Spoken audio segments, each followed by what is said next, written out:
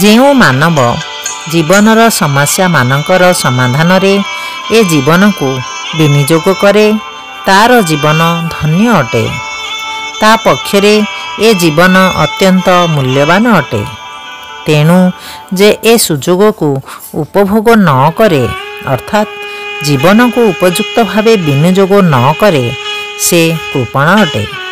ଅନ୍ୟପକ୍ଷରେ ଏ ପୃଥିବୀରେ ବ୍ରାହ୍ମଣ ଅଛନ୍ତି ଅର୍ଥାତ୍ ଯେ ଖୁବ୍ ବୁଦ୍ଧିମାନ ଅଟନ୍ତି ଏବଂ ସେ ଜାଣିଥାନ୍ତି ଜୀବନର ସମସ୍ୟାମାନଙ୍କର ସମାଧାନ ନିମିତ୍ତ ଏ ଶରୀରକୁ କିପରି ବ୍ୟବହାର କରିବାକୁ ହେବ।